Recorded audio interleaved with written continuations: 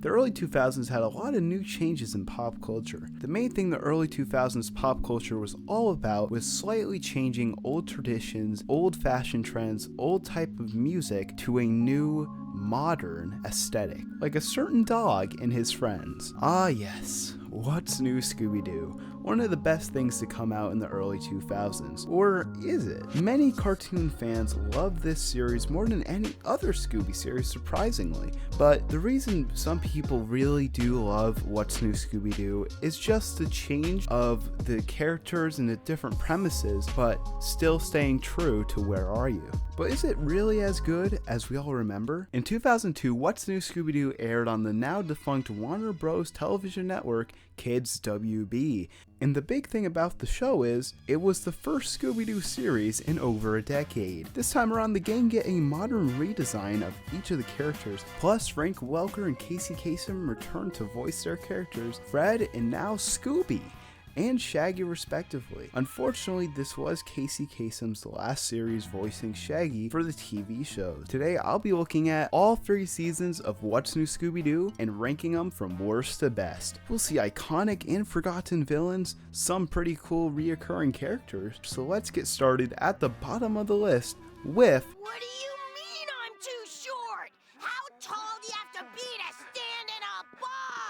Alright, I see all your hate comments already, alright? So before I start with number 42, Roller Coaster Ride, let's get this point across here. My opinion is probably always going to be changing. This is just right now what I think of all 42 episodes of What's New Scooby-Doo. Some episodes, even the top ones, they're just really good rewatchable episodes, which is what I'm trying to get out here. What episode is the most rewatchable of the franchise? That's what I'm coming across when I talk about What's New Scooby-Doo. So anyway, the gang go to an amusement park because Shaggy won a contest to build his own roller coaster ride. When a gremlin-looking monster messes with the roller coasters, but doesn't really make them unsafe, which is kind of confusing. So there's 2 sisters here that are the owners of the amusement park, and the whole episode wants you to think that it's the one sister who's like more darker and like edgier, but it's actually the super nice sister actually in the end, and she was sabotaging the rides for whatever reason, because in the end of the episode she doesn't get arrested because everyone says okay, it's fine. She might be the most dangerous non-supernatural villain the gang has ever encountered. Realistically, she would have been arrested and would face a minimum of 15 years in prison. Something about this episode I just don't enjoy. I like the roller coasters, I like the sabotaging of them, the gang going on different ones, but like, it's just too basic, I feel. I can bench 220. Unfortunately, I have to put this one so low on the list. The reason being, it's basically a rehash of one of the very first episodes of What's New Scooby-Doo. But instead of a dinosaur, we have a dragon this time when the gang go to a Renaissance fair and go to meet this one guy from this one movie. It's like an actor guy who's playing his character. It feels like classic Scooby-Doo. I do love the whole Ren Fair experience, of course, but we get a better version of this in Scooby-Doo Mystery Incorporated with the little gnome guy. It feels somewhat generic, even though it's trying to be different. But personally, I do enjoy the dragon not being a CGI mess, believe it or not. And all the different characters are really fun, but that's basically all I can say about this one. Daphne, your shoes don't match. Oh, really? No big deal. No big deal? But you... Okay, it's a great idea for an episode, and it's a pretty cool formula twist, but if we're talking about story, villains, or anything like that, it has to be down here. The gang go to a game convention, and Velma has to solve a virtual mystery. Yep, nothing in this episode is real. Even if we're not being technical, this just isn't a great episode. Since it's just Velma being the real person here, the rest of the gang are just a little out of place because they're not themselves. And there's really no mystery solving going on, even though it's a mystery solving virtual reality thing. And yeah, I do like the Awesomons, I do like the whole entire little thing that they have going on with that. But like, I know some people enjoy this one, but it's just not that good for me.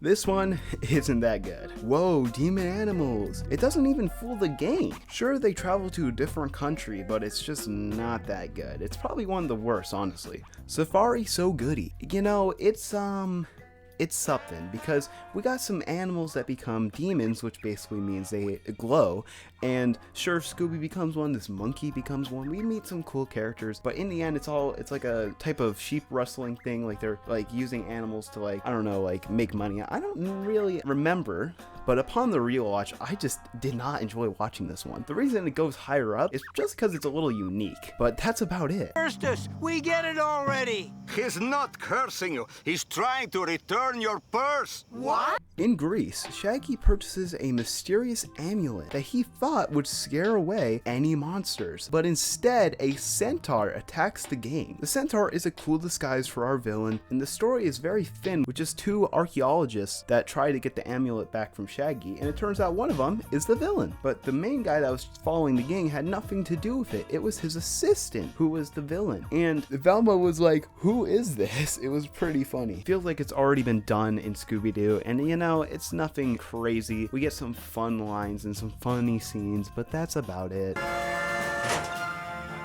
What's this?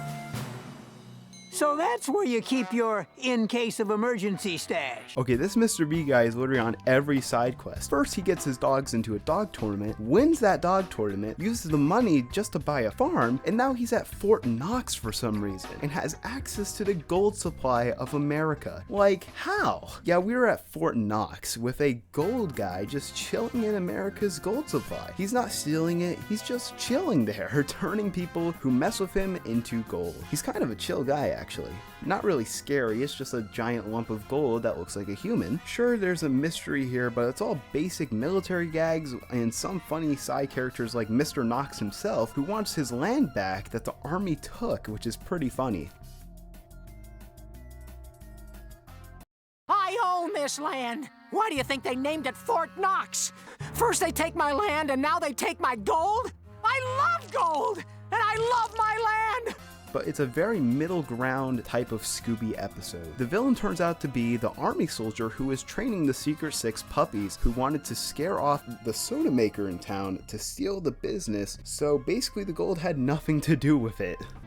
Scooby, you're supposed to jump in my arms like you always do when we see terrifying creatures. How do I say it? This episode is just gags, weird dialogue, weird subplots, and overall just isn't that good. Scooby-Doo goes to a dog competition for whatever reason, and we get to see the Secret Six puppies for the first time. And they do come back later in the series with the episode we literally just talked about. And one of Shaggy's stoner friends turns out to be the monster cat because she just wanted to have her dog win. Yeah, that's about it. Scooby and the Secret Six puppies do get kidnapped for a weird subplot with these two guys trying to steal them to make money, who were also working for Meadow, who's the hippie friend of Shaggy. And Meadow as the cat creature was actually pretty scary, but this one's very overplayed. It's not really my favorite, of course. I feel like they were doing way too much and it got really cartoony. Back to finish the movie? Why the change of heart?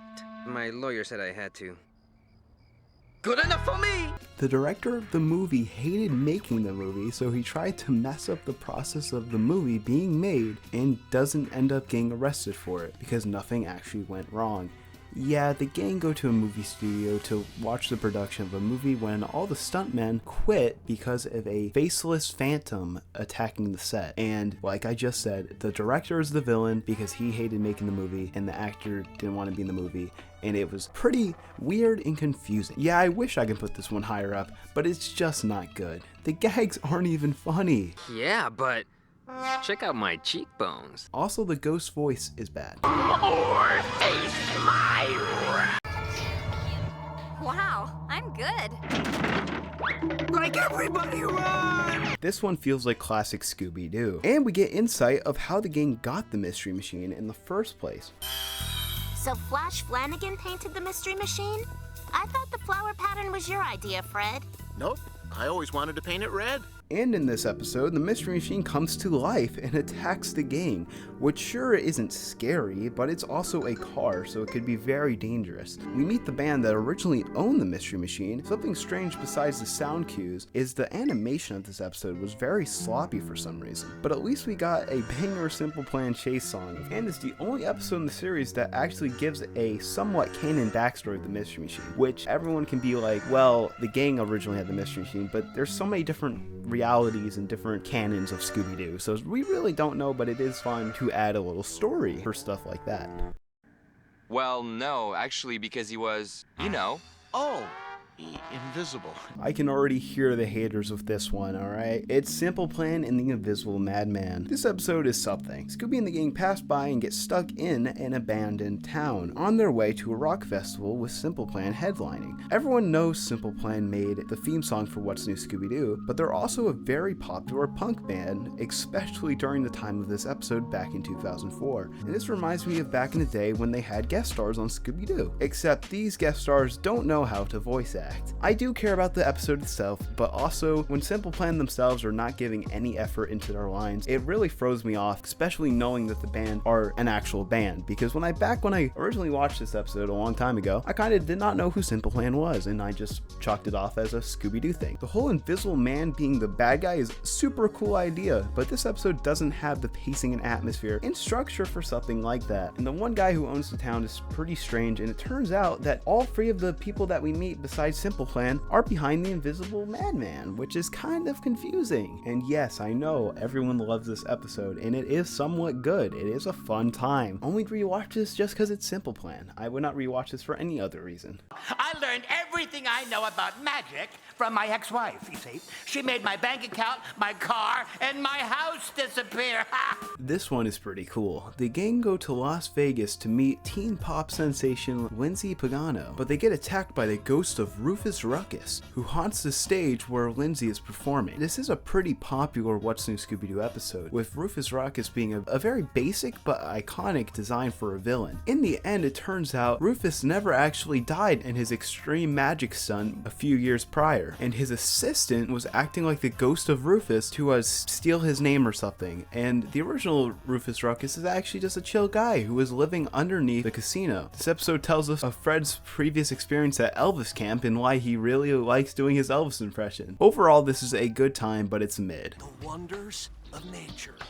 What about all the wrecked boats? Oh, bad karma. Hey, my old profile picture's from here. Yes, the original logo for Cartoon Culprit was from this episode, with the amazing glasses on, which has stuck with the branding. It's a very fun beach vibe episode with a giant creature called the Moto Shandu attacking this resort. The characters we meet are so cool. I love the voices of some of these characters are just so nice. The gang are here for Aqualand, which I think was the same place in the Caveman episode from Scooby Doo Where Are You? From Sharky to Crunchy, these side characters are awesome. But Crunchy being the villain really hurts because I actually like that character, but also his reason is so stupid. He wants to help the turtles having a weird machine in the water. I don't think that's helping anybody.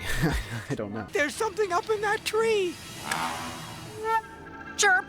The gang go to New Mexico for an art festival that Shaggy is participating in and meet Shaggy's old friend Jimmy and his dog Scooby when they get attacked by a huge bird called the Wakumi that has been snatching mountain climbers that are trying to climb the biggest mountain in New Mexico. This episode is strange, but it feels like a classic with the whole ancient spirit bird thing ingrained in whatever culture of the episode bit. This time it's a huge bird which attacks the gang and kidnaps Daphne, of course. Fun fact, in What's New Scooby Doo, Daphne has been kidnapped the most amount of times in any other Scooby-Doo show. She is kidnapped, and so the gang climb up the tallest mountain, and once they make it up there, after being attacked multiple times by a Wakumi, they find that this whole thing is a government operation with suspicious forms of alien life on top of the mountain. And it turns out that the general is the one who was scaring mountain climbers away from this government secret activity. Of course, it's What's New Scooby-Doo, so it's just gotta be a crazy ending. It's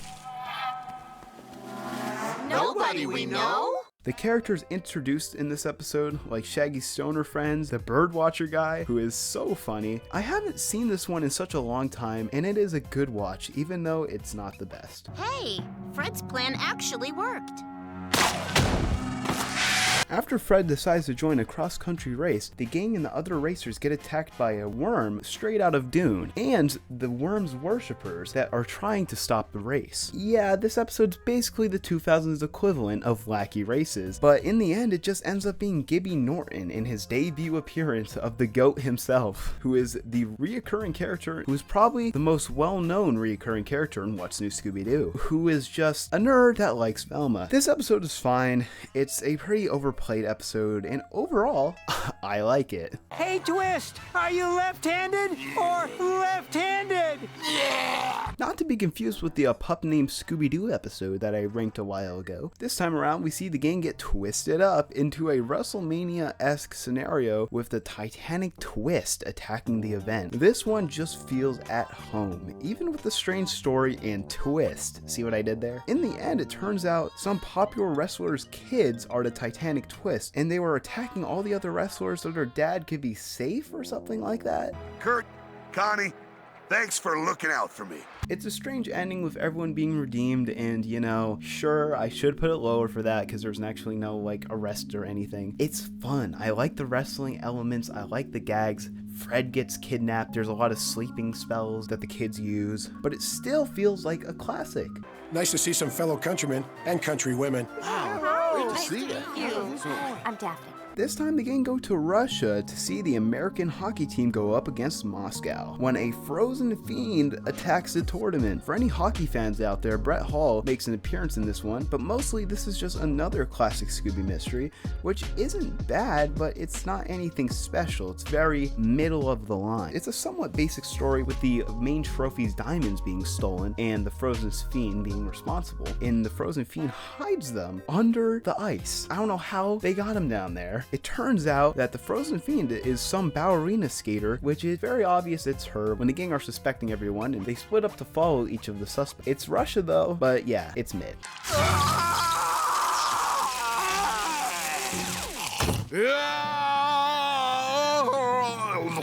Okay, imagine a Western aesthetic Scooby episode, but with robots. Sounds familiar? Yeah, it's Go West, young Scoob. The gang visits Cyber Gulch. Upon arriving, they meet a few characters and the supposed creator of Cyber Gulch, a scientist guy. And it's the return of Gibby Norton again. Let's go. Who, after getting out of jail, who once again seems to be a suspect. The main thing going on in Cyber Gulch is how everything is like a Western, except most of the townspeople are robots that after a power outage have gone mad. Turns out the main scientist guy who supposedly created all these robots was a robot himself. After arresting the gang, the main hero type of guy, who the gang thought was a robot, turns out to be the real creator of all of these robots. Well, it's a cool idea, making a whole land that's like Western, you know, robots are running it to keep it in check. But yeah, Gibby Norton is the villain again. What is with Gibby Norton? And once again, his reasoning is to impress Velma. He wasn't purposefully making the robots go haywire. He was actually trying to find out the secrets of how these robots are made to make Gibby Land. I mean, I would want to go there. You wouldn't? It's kind of peak.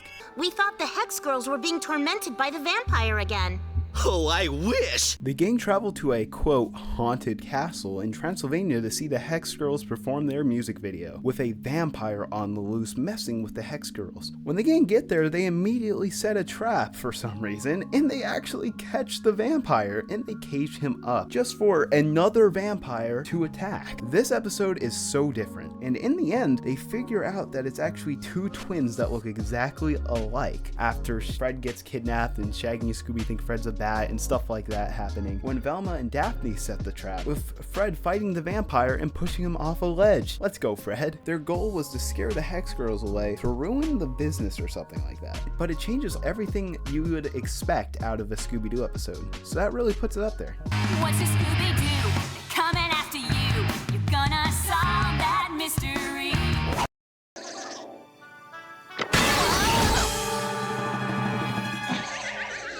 The gang go travel to Hong Kong so Shaggy can get his rubber ducky repaired. What? At the Ling Toy Company. This one is a little wild, with another dragon attacking Ling's toy stores to steal a super expensive candy ring. What is even happening anymore? But Shaggy is still on his side quest to get his ducky repaired, so we meet a few interesting characters. One being the daughter of Mr. Ling, who saves Shaggy multiple times throughout the episode. We also meet a wannabe detective guy who is trying to capture this dragon for himself. And we meet a strange dancer group who turns out to be the dragon. Everyone in the dancing group, except Mr. Ling's daughter, who gets kidnapped after the dancers are mad that she keeps on saving Shaggy. After they try to get away, Fred uses his new fighting skills to knock them out. And that's basically the episode. Sure, how they capture the dragon is using a giant mecha duck guy. That actually happened. And you know, you should just watch the episode. It's above mid, it's up there. Hey, that looks just like the Mystery Machine. It is the Mystery Machine. Watch the road, Freddy. Alright, here we go. The first episode of What's New Scooby Doo. It's a classic. I've watched this one countless times, and it really showed the structure of what What's New Scooby Doo is going to be. This episode really stands out because it's more of a real life approach. Velma gets a cold, Fred breaks his leg, they're experiencing real things. It's not really a cartoon anymore. So basically, the gang go to a mountain resort for some skiing and to watch a snowboarding competition with Chris Klug actually voicing himself. Overall, the character development is spot on for the gang in this new era.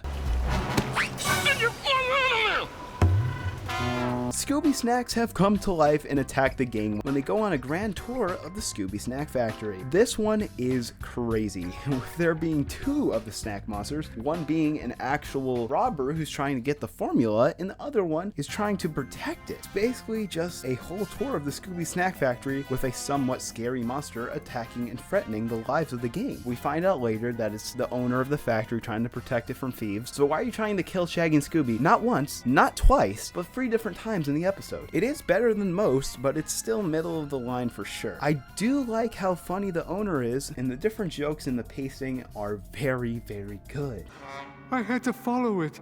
I must have that gargoyle to touch it. Didn't expect to like this one as much as I did, and honestly, I don't know why I like it so much. But the gang go to Paris to see Daphne's cousin win Model of the Year, but she gets kidnapped by a gargoyle that has come to life. This episode is great. The gags, the gargoyle, the side characters, and it turns out Daphne's cousin is the villain. She kidnapped herself because she just didn't want to be in the life of a model. Yeah, okay. And she was also dating a famous Paris actor or something like that. It is weird. The ending of this episode is hilarious because it just doesn't make sense. There's nobody here but us. And him! While visiting Italy, the gang battle an ancient zombie gladiator who appears to be responsible for causing volcano eruptions by dumping ancient goods into the volcano. I like that the gang go to Italy this time, and the atmosphere and the strange scares really put this episode higher up than just being mid. It's still alright, but I do like this one. JJ Hakimoto brings you Gigantosaurus 3D. Daphne's uncle sends the gang to Costa Rica for the opening of a museum exhibit on dinosaurs. When they meet the archaeologist Melbourne O'Reilly, which we do see later in the series, he reveals the legend of the dinosaur spirit that supposedly has taken over the museum after they collected bones from a secret area. So when the gang watch a dino film made by the one and only JJ Hakimoto, the dinosaur jumps out of the film and attacks the audience, and it's up to the gang to figure out who's behind it. And the way that the gang get all the suspects together in the end just to tell them all the clues they found, because you know one of them is the actual villain, and yeah, I just really enjoy that. Alright, nothing to see here. Woo! We get the early 2000s nostalgic mall setting at night, where toys come to life with the gang and a few suspects locked inside. This one has the amazing classic Scooby Doo feel, and the comedy is spot on. So, did you see the game last night? I'm not really into sports.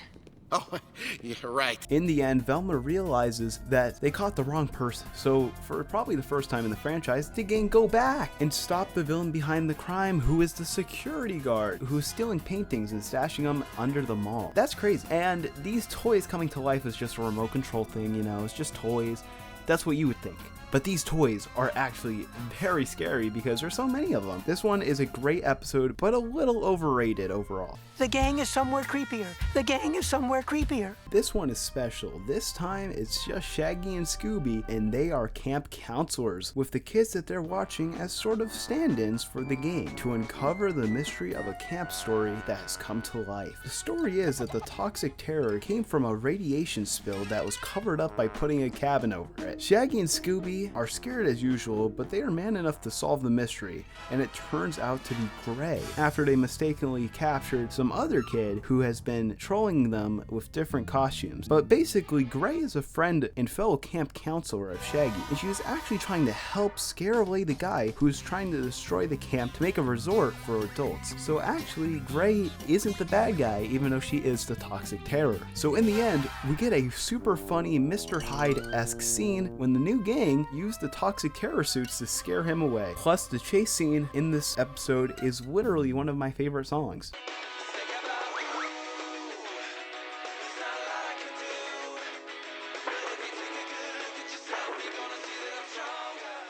check. What about me? Well, you're gonna make your way over to the... Scary name for the episode, but it's the final of season 1. I'm not really a baseball guy, but I guess Fred is. That was so cool! And remember the time that you were down 3 runs to Portland in the bottom of the 9th? Feels generic in Scooby terms, but the villain is unique. It's a fun time, especially if you like baseball. And basically, the gang goes to a baseball stadium to see Luis Santiago break Cab Craig's home run record. However, the ghost of Cab Craig haunts the stadium, putting both the players and the game at risk. But overall, this one is great. Even if you don't like sports, it's one of those classic What's New Scooby Doo episodes. Look, buddy, we don't want any trouble, but... Zoinks! And that's trouble! I remember watching this one on the live stream, and it was the first time I watched Fright House of the Lighthouse in over 5 years. It's good. Most people put this as their #1 on the rankings, but for me, it can't even hit top 10. The gang go to Lake Michigan to visit Fred's Uncle Carl. What you benching these days, then? 220?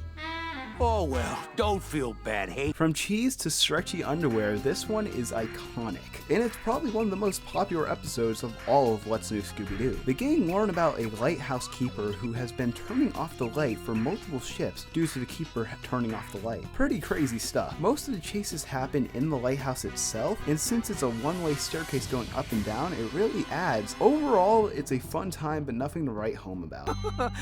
Zucchini, anyone?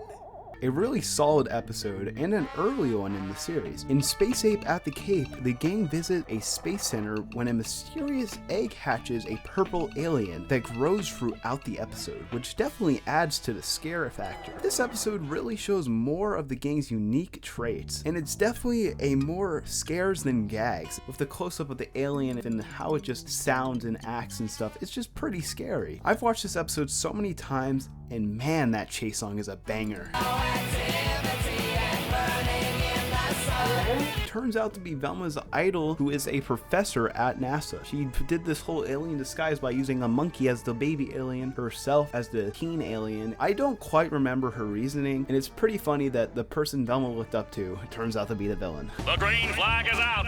Racing is underway in the Gainesville 500. Fred is now a pro F1 driver, and I might be wrong, but if I had a penny for each time 2 kids turn out to be the villain in What's New Scooby Doo, I would have 2 pennies, which is basically nothing, but it's strange it happened twice. Yeah, that's right, the crazy skeleton on a monster truck that destroys racers' cars and frightens them in very insane ways is a robot controlled by kids. But they did do an amazing job in this episode, and it is a super fun time with Fred's love for driving and all the different characters and returns with that guy from the Worm episode, and with Smash Mouth doing our chase music. But mostly it's a fun new take on a racing episode, and the villain is somewhat scary, mostly because of his insanely huge vehicle that can just run over anything. But because of how suspicious the kids are, and there isn't much mystery this time because the race is happening and most of the gang have to help Fred out. But it is a great episode, but it still has some problems. Wow, I'm hot.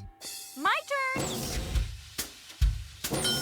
The gang go to a futuristic style fair, and the main attraction is the House of the Future. But it mysteriously closes after a disappearance of a kid that we see in the intro that almost gets killed, and this episode really increases the scare and danger factor, with the gang being locked inside the House of the Future with a robot chasing after them, and it ends up kidnapping Daphne, and a lot happens. The gang meet different characters like a ghost hunter show host and 2 kids that are trying to troll each other, and the stakes are very high in this episode. And the villain at the end turns out to be the house itself. After a game capture a robot, they realize they still can't leave. The house is still controlling them. And yeah, it's a disappointing ending where all they had to do is just not be scared of the computer, and then it just shuts off. You know, stuff like that changes the formula up in a good way, because there are a lot of bad ways that the gang changed the formula in What's New Scooby Doo. And the danger is insane. I would not survive in that house. That's what I'm saying. Let's see who's driving it. This one's story and villain puts it up here, but it just can't be top 10. 10. So the gang go to the Secret Six Puppies farm and discover that it is haunted by a demon farmer. Yes, more reoccurring characters. Mr. B is back with the Secret Six Puppies, who are trying to be stolen by an environmentalist and a demon farmer. The gang are suspicious of everyone in this episode, except for the culprit, who turns out to be Farmer P, who isn't an actual farmer, but a popcorn maker, who is after Mr. B's secret formula for rainbow tasting popcorn. All the characters in this episode are hilarious. The villain is somewhat iconic, and man, that story with the gang finding the secret popcorn factory and even being suspicious of Mr. B and the environmentalist trying to steal the puppies for herself, and the farmhand just being suspicious. They just never thought Farmer P would be the villain.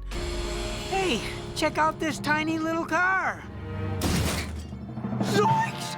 Oh no! Like I'm a big giant monster! Welcome to the top 10. We got Big Appetite and Little Tokyo. Shaggy becomes Tokyo's most wanted criminal when it is believed that Shaggy can transform into a Godzilla-like monster due to him eating a cursed pizza. Shaggy ate the cursed pizza! What a plot. Okay. This episode is perfectly weird. The gang go to Tokyo and Shaggy thinks he's a monster, but it's actually a huge robot monster that looks like Shaggy. And sure, after a bit, Shaggy does end up waking up in a looks like a town, but it's actually a miniature playset, and he really thought that he was a monster. You know, it is a fun time. We get to see a lot of Tokyo. The gang are running from the police all the time in this episode because Shaggy is a suspect, because who else says zoinks? That's a huge Godzilla, you know? This episode is so good and funny. Definitely a must watch.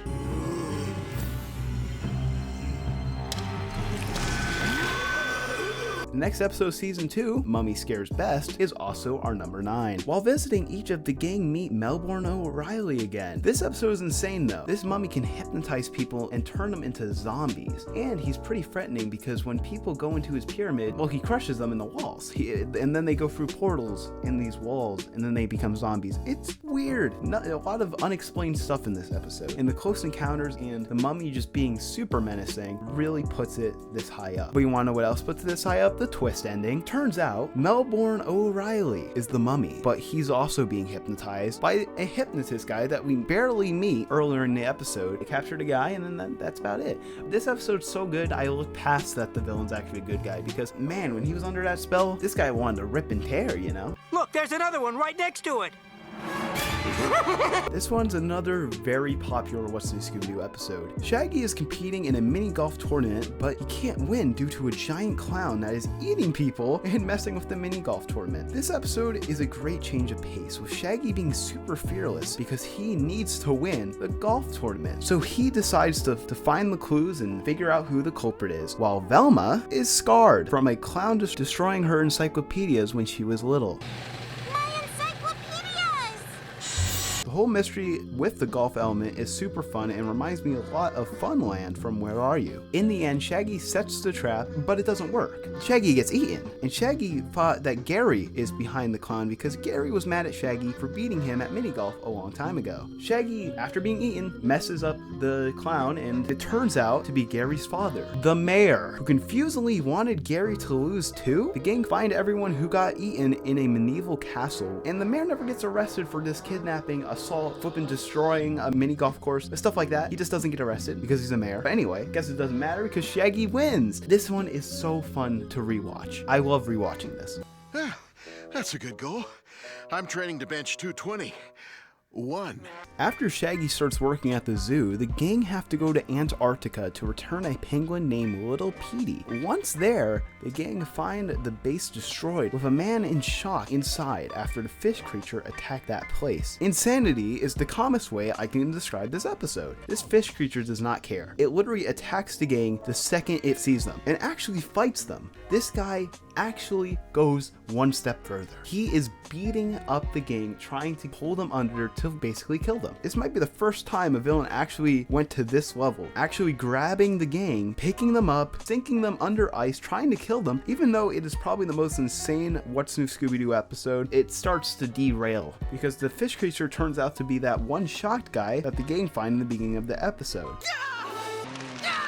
So Monroe here turns out to be working with the scientist who in the beginning of the episode got frozen in ice because of Monroe. These two guys are actually working together to have the scientist guy be frozen in ice until the future, as like a self-preservation thing without spending millions. It's as crazy as it sounds. So in the end of the episode, even though the fish creature caused so much harassment in the salt and way more, they both don't get arrested and they go to do their next experiment, cloning. Hopper, did you pack my cloning kit? Yes, sir. This episode is so chaotic and somewhat scary with the villain not giving a crap, which puts it higher up than most of these episodes. Wait for me! I'm sure you guys are waiting for this one, a Scooby Doo Christmas. I've talked about this one back in December a lot more than I'm going to talk about it now, and it's a nice but horrifying episode, and it really shows the Christmas spirit in a great, scary Scooby Doo way. But since I'm lazy, I'm not even going to talk about the episode, so go watch my video on it. Come on, I got to do self-promotion, guys. Really big air. I mean, do I have to say anything about the San Francisco episode? The gang go to San Francisco and meet their skateboarding friend who's gone pro in the grind games, but the other contestants are being attacked by a former Alcatraz inmate, the San Francisco.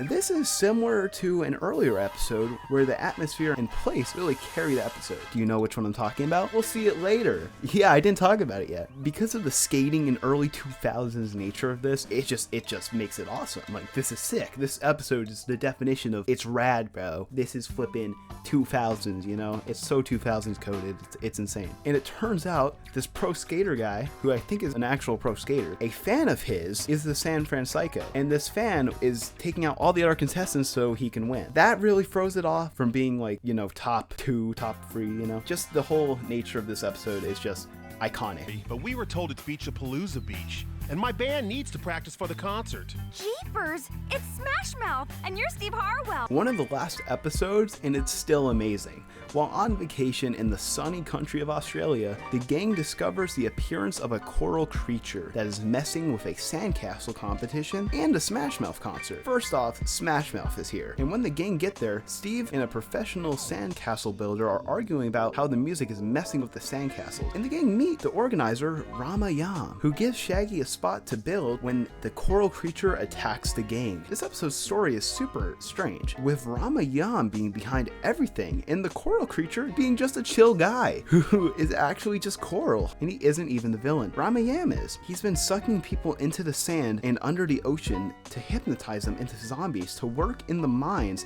underwater to make some type of reef city. This episode is amazing though, and we get some awesome Smash Mouth bangers because you already know it's the 2000s. And the mystery and twist, it just really puts it this high. I don't see many people on their rankings put Reef Grief this high up, but when I watched it, I was like, dang, it's good. Found a clue. Great. Where is it? This one's probably the most classic Scooby-Doo coded episode. It feels like an original from the first show in some ways, and the whole entire culture, music, and history of Louisiana and New Orleans is such a nice touch. And of course I've seen this episode countless amount of times, and I'm sure you have too, but the rewatchability is so there because it just feels like a mystery. There's nothing crazy, there's no insane twists, it's classic. It has a great score and an amazing chase song. The villains this time around are fine. They aren't that scary unless you're scared of Civil War people, but you know, they're zombies though, so I think the atmosphere carries the episode a lot. That's why I have to put it this high. I enjoy it. It's a must watch if you haven't seen it before. Plus, like most of What's New Scooby-Doo episodes, there's a ton of suspects, which really adds to the mystery. No! Is it the ghost? Is it? Listen here, number 2 and number 1 can be interchangeable depending on how I am. First of all, they should both not be this high. I don't know why I enjoy a Scooby-Doo Halloween this much, but I guess I do. After catching a bad guy, the gang are off to go to Banning Junction to visit Velma's family for Halloween. A Scooby-Doo Halloween is so unique for What's New Scooby-Doo. I feel like the writers wanted to make a Scooby-Doo Where Are You episode that's making fun of a Scooby-Doo Where Are You episode, because that's exactly what it is. The laugh track returns, the comedy is spot on. It's just all jokes throughout. Carl, I thought we told you to meet us by the snack table. Honestly, sometimes it's like you don't even have a brain. I'm 18, able to legally vote. This time around, there's scarecrows attacking the cornfields and causing a lot of problems to happen. Turns out the scarecrows are just robots, and the ghost of Banning Junction is just a projection. Very classic Scooby Doo gag. And yes, Kiss is even here. A reoccurring rock band is Scooby Doo for some reason, and of course in real life. Happy Halloween! Banning Junction. Banning Junction!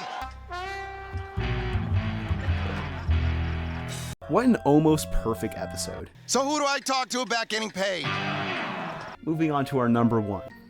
I told you, Scoob, you have to be the girl because you have the legs for it. A Scooby Doo Valentine. I already hear the crash out comments. Listen guys, I didn't know what to put at number 1. When I first watched this after not watching it for like the longest time, and I made the video on it for Valentine's Day, something about it is just good. But, you know, depending on the day, I can change 1 and 2, okay? And the only reason it's at this placement is that I personally like it. When it comes to anyone's favorite episode, you mostly look past anything wrong with it, because the good outweighs the bad. Sure, it's a strange pick, but I love it. On Valentine's Day, the gang come back to their hometown after all their recent adventures around the world, and they start learning about some disappearances of lovers at Lover's Lane. And when they investigate it, it turns out they're being framed by an evil version of themselves. And we get some bonus lore with Shaggy and Scooby's old girlfriend. And NSYNC's JC Chazé turns out to be the man behind framing the gang because he was jealous of Shaggy. This is a fantastic episode with a great mystery, great gags, a great chase, and it's all around my favorite. If you want more about this episode, watch my video on it. And I would have gotten away with it too if it hadn't been for you meddling kids. And that's my ranking of What's New Scooby Doo. And from the top, number 42, we have Roller Coaster Ride, Large Dragon at Large, E-Scream, Safari So Goody, It's All Greek to Scooby, Gold Paw, Homeward Hound, Lights Camera Mayhem, It's Mean, It's Green, It's the Mystery Machine, Simple Plan and the Invisible Madman, Riva Ross Regis, She Sees Sea Monsters by the Seashore, New Mexico, Old Monster, The Fast and the Wormiest, WrestleManiacs, Diamonds Are a Ghoul's Best Friend, Go West Young Scoob, The Vampire Strikes Back, Block Along Hong Kong, There's No Creature Like Snow Creature, Recipe for Disaster, Ready to Scare, Pompeii in Circumstance, Free Destruction, Toy Scary Boo, Camp Come On I Wanna Scare Ya, The Unnatural, Fright House of a Lighthouse, Space Ape at the Cape, Gentlemen Start Your Monsters, High Tech House of Horrors, Farmed and Dangerous, Big Appetite in Little Tokyo, Mummy Scares Best, A Terrifying Round with a Menacing Metallic Clown, Uncle Scooby and Antarctica, A Scooby-Doo Christmas, The San Francisco, Reef Grief, Big Scare and the Big Easy, A Scooby-Doo Halloween, and A Scooby-Doo Valentine. Thanks for watching. If you're new to my content, consider subscribing, consider watching my older stuff. I really want to build a great cartoon community. Let me know what cartoons you want me to talk about, what other Scooby-Doo series you want me to rank. If you don't want me to rank anymore because of this list, I understand. And that's it for today's video. See ya. Night vision goggles? Got them right here. Global navigator. Okay, Freddy. Cell phones? Check. Now we're ready to solve all new mysteries. But wait, you forgot one important thing. Scooby snacks. Scooby-Dooby-Doo. Let's hit it.